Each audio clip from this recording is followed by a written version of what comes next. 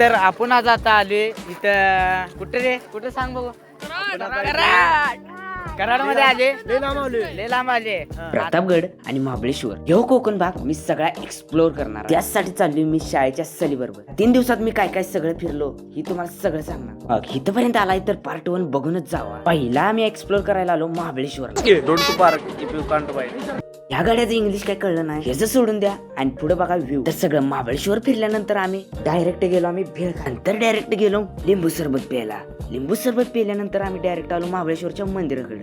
मंदिरात गेल्या पाया जी पडल्या डायरेक्ट पोर लागली जेवल्यानंतर डायरेक्ट आम्ही गेलो खेळायला. आणि खेळता खेळता याला घाण फिरवला की याला काय चालायचं काय कळणं झालेलं. तर का नाही असला घाण उठायचं कळणं झालेलं. खेळल्यानंतर डायरेक्ट आम्ही गेलो प्रतापगडला.